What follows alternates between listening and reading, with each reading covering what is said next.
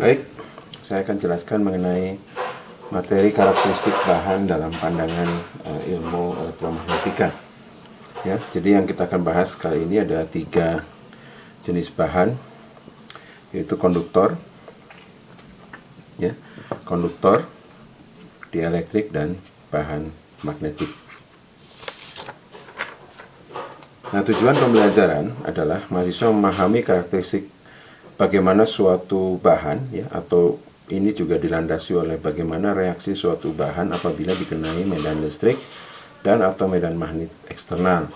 Yang kedua, mahasiswa memahami sifat-sifat bahan, baik itu konduktor, dielektrik maupun bahan magnetis, berdasarkan parameter-parameter yang dimilikinya, yaitu konduktivitas, kemudian permeativitas dan permeabilitas, ya, atau dengan simbol yaitu sigma untuk konduktivitas, epsilon untuk permeativitas, dan mu untuk permeabilitas. Ini kebalik, ya, permeabilitas. Berikutnya ini adalah materi kita, ya.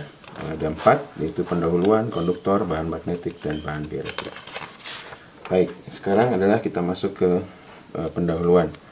Bahan akan memberikan reaksi terhadap, jadi bahan akan memberikan reaksi terhadap adanya medan eksternal yang mengenainya. Kenapa begitu? Karena setiap bahan itu punya atom-atom, ya, atau atom positif dan atom negatif, atau partikel yang berisi positif dan partikel negatif muatannya, yang kalau dia diberikan medan listrik dia akan bereaksi nih. Jadi atom-atom ini akan bereaksi terhadap adanya medan listrik atau medan magnet. Reaksi yang diberikan oleh bahan ditentukan oleh jenis materialnya, jadi jenis bahannya itu. Jadi setiap reaksinya itu beda-beda, ya. Nah, berdasarkan reaksi antara medan listrik, terhadap medan listrik maupun medan magnet yang mengenainya, maka bahan diklasifikasikan menjadi 3 jenis, yaitu bahan konduktor, di mana kalau reaksinya yang muncul adalah arus konduksi, ya, arus konduksi.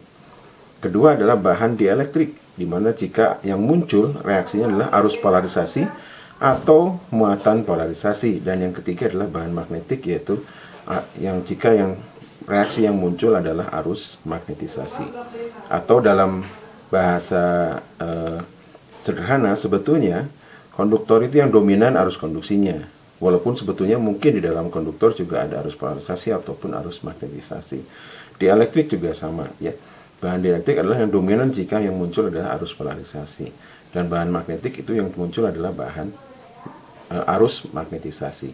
Nah, inilah yang disebut sebagai reaksi bahan terhadap medan listrik dan medan magnet dari luar, ya. Itu munculnya arus, yaitu arus konduksi, arus polarisasi, arus magnetisasi, dan muatan polarisasi. Kita mulai dengan bahan yang pertama, yaitu bahan konduktor. Bahan konduktor ditandai dengan banyaknya elektron bebas. Nah, ini dengan banyaknya elektron bebas.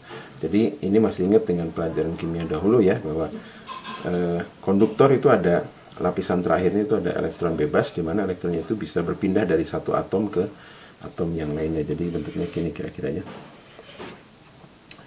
Nah, ini positif, ini negatif. Positif, ya. Nanti elektronnya ini bisa pindah ke sini, gitu. Jadi dia bisa pindah-pindah menuju atom yang berikutnya. Nah, kalau digambarkan secara skematik, ya, pergerakan dari elektron bebasnya itu seperti ini. Jadi ini elektron bebas, kemudian dia bergerak ke sana, ke sini, ke sini, ke sini, terus bergerak sembarang begitu, ya. Tapi secara net, secara total, ya, itu dia balik lagi ke posisi semula. Yaitu kalau tanpa adanya medan elektrik dari luar. Jika bahan konduktor dikenai pengaruh medan listrik dari luar, maka elektron bebas akan bergerak sehingga timbul aliran elektron yang berkaitan dengan arus konduksi. Nah, kalau dia diberikan medan listrik dari luar, dia bergeraknya seperti sebelumnya, ya. Tetapi dia tidak balik lagi ke kondisi semula. Jadi ini kondisi 1, ini balik ke kondisi kedua. Jadi berhentinya di kondisi kedua. Jadi secara net dia tidak nol posisinya. Dia ada posisi pergeseran dari 1 ke kedua, yang kita sebut proses kecepatan pergeserannya disebut sebagai velocity drift, ya. Jadi kalau kita masih ingat, kalau ada muatan kemudian ada pergeseran, maka muncul yang disebut sebagai arus konduksi. Rapat arus konduksi yang terjadi sebanding dengan muatan listrik yang mengenainya. Jadi makin besar muatan listriknya, arusnya makin besar, ya. Makin kecil, ya, arusnya juga ikut kecil. Dengan rumusan kira-kira seperti ini. rapat arus konduksi sama dengan konduktivitas dikalikan dengan medan elektrik, di mana sigma adalah konduktivitas material. Dari mana angka ini? Kita bisa lihat di sini. Ini ada E, berarti ada gaya ya, gaya yang timbul pada medan. Jadi gaya yang timbul pada medan itu adalah Q kalikan dengan E atau minus E kalikan dengan E. Kenapa minus E? Karena ini ada elektron. Kemudian ada pergeseran, berarti itu ada momentum pergerakan menggunakan sebanding dengan gaya Newton, yaitu mv per T ya. Ini T-nya tau. Kenapa tau? Karena ya terbatas juga. Tau itu waktu, tapi dia tidak bebas sebebas-bebasnya, dia nggak bisa keluar dari bendanya ya, tapi tetap berada di dalam situ. Elektronnya bisa berpindah-pindah antara satu atom, tapi tidak bisa keluar dari bendanya ya. Maka dia T-nya itu terbatas gitu, jadi tidak tahingga begitu. Nah ini kalau disederhanakan jadi velocity drift-nya sama dengan minus E dikalikan dengan tau dibagi dengan M kalikan dengan E. Rapat arus itu adalah jumlah total muatan per volume dikalikan dengan kecepatannya ya, pergerakannya. Jadi di sini NE kuadrat tau dibagi dengan M kalikan dengan I. Maka ini yang disebut sebagai konduktivitas. Jadi konduktivitas sebanding dengan jumlah muatan di dalamnya ya. Kemudian juga berbanding terbalik dengan masanya. Satuannya adalah Siemens per meter. Itu konduktor. Jadi secara umum ini adalah karakteristik konduktor yang bisa dijelaskan secara teori elektromagnetika. Nah ini contoh-contoh konduktor ya. Semua yang sifatnya logam, yang sudah kita kenal dengan logam, itu punya konduktivitas yang tinggi ya. Ini konduktivitasnya tinggi, ini Anda bisa lihat 6,1 kali 10,7, 5,17. Semakin tinggi konduktivitas, dia semakin bersifat konduktif ya. Ini logam biasanya punya konduktivitas yang tinggi. Tapi yang non logam itu konduktivitasnya rendah. Contoh air laut, tanah basah, silikon dan seterusnya ya. Ini defaultnya adalah dielektrik, tapi pada kondisi tertentu sebetulnya air laut juga bisa bertindak seperti konduktor. Nanti kita akan bisa sampaikan. Berikutnya karakteristik material kedua yaitu bahan dielektrik. Nah kalau bahan dielektrik itu biasa kita kenal dengan bahan isolator atau penghambat listrik ya. Kenapa begitu? Karena bahan dielektrik itu punya ikatan antara atom dengan elektron itu sangat kuat. Jadi atom-atomnya itu terikat sangat kuat ya. Ada ikatan ion, ada ikatan sebelum ion itu ada ikatan kovalen ya. Nah itu. Jadi kondisinya seperti ini. Jadi ini elektron, ini atom itu tengahnya adalah positif ya. Kemudian atom ini positif ini dikelilingi oleh atom elektron. Nah, atom elektron ini mengelilingi atom positif ini dengan titik pusat kelilingnya itu tepat berada di atom ini, sehingga atom ini bersifat netral. Itu kondisi tanpa medan dari luar.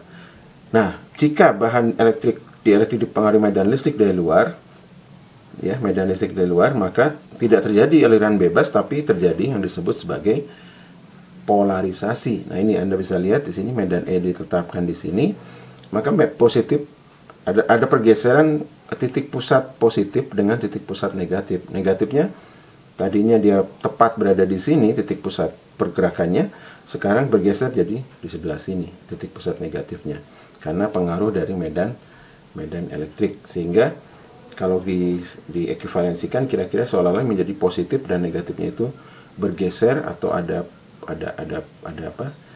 jarak begitu ya, yang kita sebut sebagai dipole ya. Jadi bahan dielektrik memiliki kemampuan untuk menyimpan. Nah, posisi ini ya, posisi pergeseran ini tidak permanen begitu ya. Begitu medan E-nya lepas ya dia akan balik lagi ke semula dan itu akan melepaskan energi, seolah-olah ini menjadi semacam energi potensial begitu ya. Jadi dia menyimpan energi ini dalam bentuk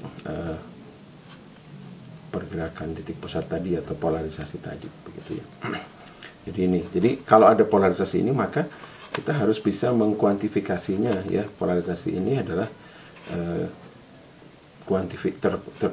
kita kuantifikasi untuk menjelaskan efeknya terhadap bahan tersebut ya, kalau ada medan listrik yang diterapkan pada bahan itu. Nah ini, jadi kalau kita perhatikan bahan dielektrik yang dikandung medan listrik akan memberikan yang disebut sebagai polarisasi, tadi saya sudah jelaskan, dan itu akan sebanding dengan medan listriknya. Jadi polarisasi sebanding dengan medan listriknya.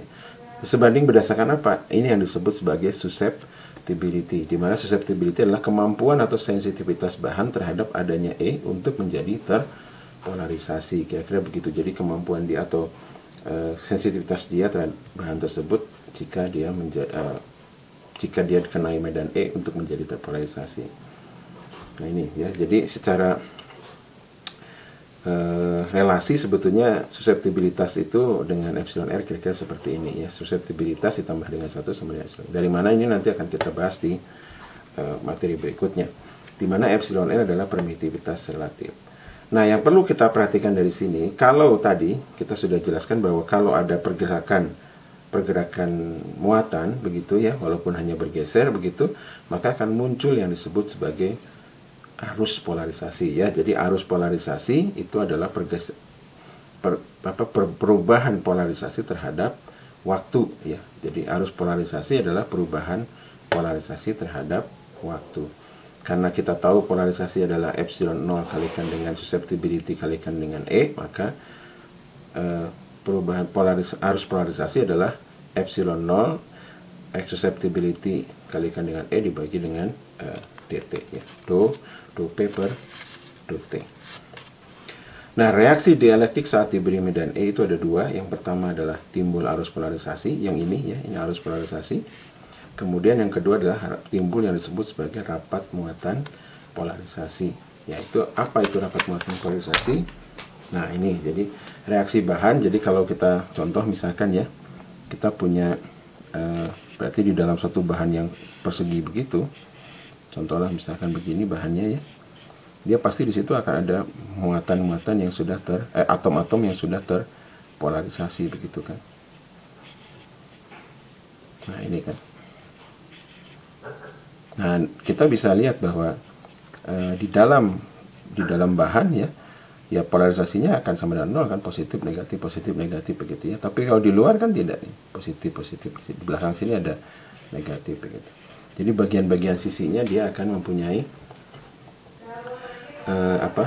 muatan-muatan yang berbeda begitu ya. Jadi di sini kalau Anda bisa lihat rho P ya, rapat muatan dikalikan dengan delta V sama dengan ini polarisasi ya. Polarisasinya dikalikan dengan delta S gitu. Ya. Kalikan dengan delta S. Maka kita bisa dapatkan di sini rho P delta V sama dengan ini dalam bentuk yang kecil ya. Maka kita dapatkan di sini rho V delta S, di sini itu adalah P delta S ya. P dot delta S di sini rho P. Nah, ini gunakan teorema divergensi ya. Teorema divergensi yaitu rho V dV sama dengan del dot P dV ya. Nah, kita dapatkan di sini rho V sama dengan del dot P. Nah, kemudian kalau di sini lihat, kalau di sini kan kita di sini rate-nya yang kita perhatikan rate-nya ya. Jadi rate negatif. Jadi rate di sini adalah rate negatif karena dia muatan yaitu ya. Jadi pergerakannya, pengurangan rate-nya, pengurangan muatannya.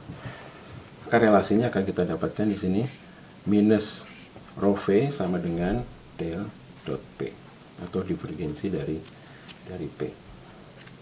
Ya. Nah, kita bisa lihat di sini kesimpulannya bahan dielektrik jika dikasih medan eksternal kita dapatkan di sini arus polarisasi dan rapat muatan polarisasi dengan relasi ini dan yang ini. Maka karakteristik bahan dielektrik itu contohnya ini ya, ada udara, kaca, lusit, kemudian polistiren, tanah basah, teflon, distilled water dan sebagainya. Kita bisa lihat di sini distilled water itu adalah air yang sudah didistilasi atau air murni gitu ya. Teflon itu yang mungkin kita sering lihat dimasak ya.